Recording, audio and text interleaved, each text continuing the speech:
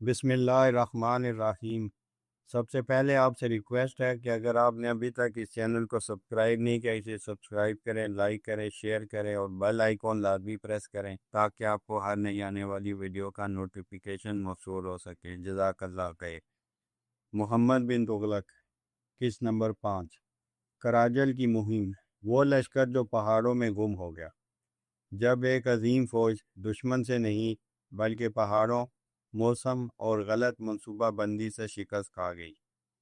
کیا آپ نے کبھی ایسی جنگ کے بارے میں سنا ہے جس میں سپاہیوں کو دشمن سے زیادہ خوف بارش، برف، بھوک اور پہاڑوں سے ہو؟ محمد بن تغلق نے ایک عظیم لشکر ہمالیہ کی طرف روانہ کیا۔ اس کا مقصد سلطنت کی سرحدیں مزید محفوظ بنانا اور پہاڑی راستوں پر اپنا اثر قائم کرنا تھا۔ لیکن جب مہینوں بعد فوج واپس آئی، ہزاروں سپاہیوں میں سے صرف چند ہی زندہ بچے تھے۔ آخر ان پہاڑوں میں ایسا کیا ہوا؟ کہانی کا آغاز 1333 عیسوی۔ خراسان کی مہم ناکام ہو چکی تھی۔ سلطان کے خواب ابھی ختم نہیں ہوئے تھے۔ وہ اب شمال کی طرف دیکھ رہا تھا۔ ہمالیہ کے دشوار گزار راستے جہاں سے تجارت بھی ہوتی تھی اور کبھی کبھی حملہ آور بھی آ سکتے تھے۔ سلطان نے فیصلہ کیا کہ ان علاقوں پر اپنی گرفت مضبوط کی جائے۔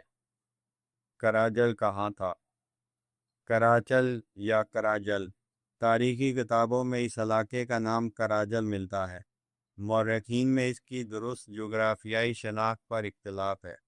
بعض اسے موجودہ کماؤں، اتراکھنڈ کے پہاڑی علاقوں سے جوڑتے ہیں، کچھ اسے ہمالیہ کے سرحدی علاقوں سے متعلق قرار دیتے ہیں۔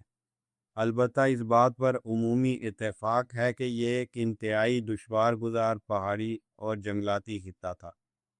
سلطان کا منصوبہ۔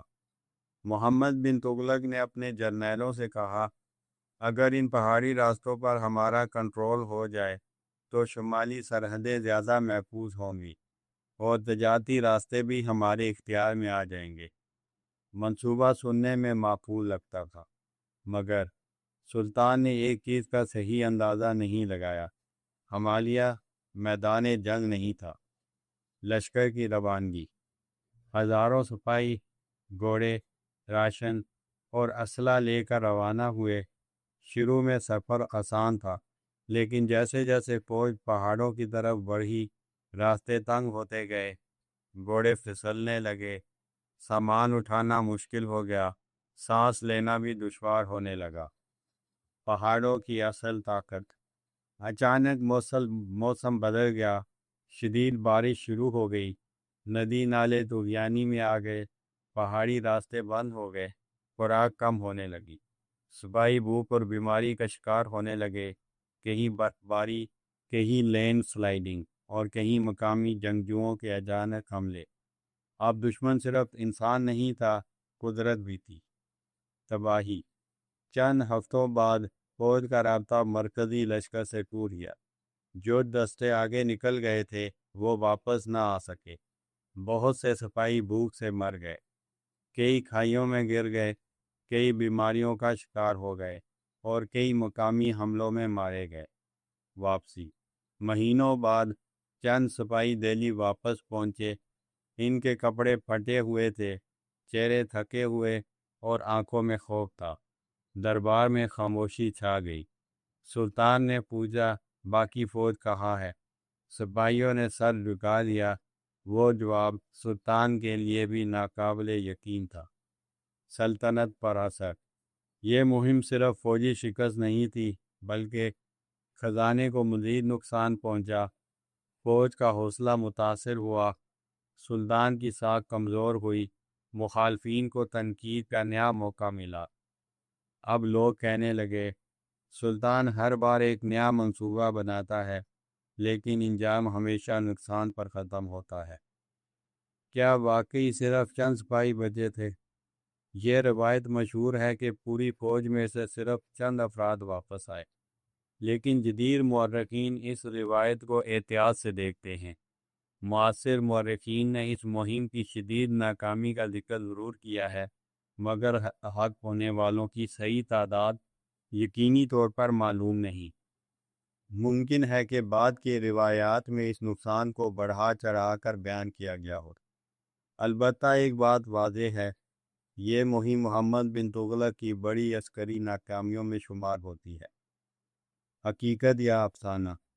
اکثر کہا جاتا ہے محمد بن تغلق کی پوری فوج پہاڑوں میں ختم ہو گئی تھی۔ حقیقت: تاریخی ذرائع اس مہم کی ناکامی پر متفق ہیں، لیکن فوج کی مکمل تباہی یا صرف چند سپاہیوں کے بچنے کی روایت کو تمام جدید مورخین قطعی حقیقت نہیں مانتے۔ اصل نقصان یقیناً بہت بڑا تھا، مگر اس کی درست مقدار آج بھی یقینی طور پر معلوم نہیں۔ اس فیصلے سے ہمیں کیا سبق ملتا ہے؟ محمد بن تغلق کی ایک بڑی خوبی تھی، وہ بڑے خواب دیکھتا تھا، لیکن ہر جنگ صرف بہادری سے نہیں جیتی جاتی۔ کبھی کبھی جغرافیہ، موسم اور رسد تلوار سے زیادہ طاقتور ثابت ہوتے ہیں۔ ایک کامیاب حکمران وہی ہوتا ہے جو دشمن کے ساتھ ساتھ قدرتی حالات کا بھی درست اندازہ لگائے۔ اختتام: کراجل کی مہم ختم ہو گئی۔ سلطان ایک اور تجربے میں ناکام ہو چکا تھا۔ اب سلطنت کے مختلف حصوں میں بغاوتیں شروع ہونے لگی۔ خزانہ کمزور تھا، فوج تھکی ہوئی تھی، اور عوام کا اعتماد پہلے جیسا نہیں رہا تھا۔ لیکن محمد بن تغلق ہار ماننے والوں میں سے نہیں تھا۔ وہ ایک اور مشکل آزمائش کا سامنا کرنے والا تھا، اس بار اپنی ہی سلطنت کے اندر۔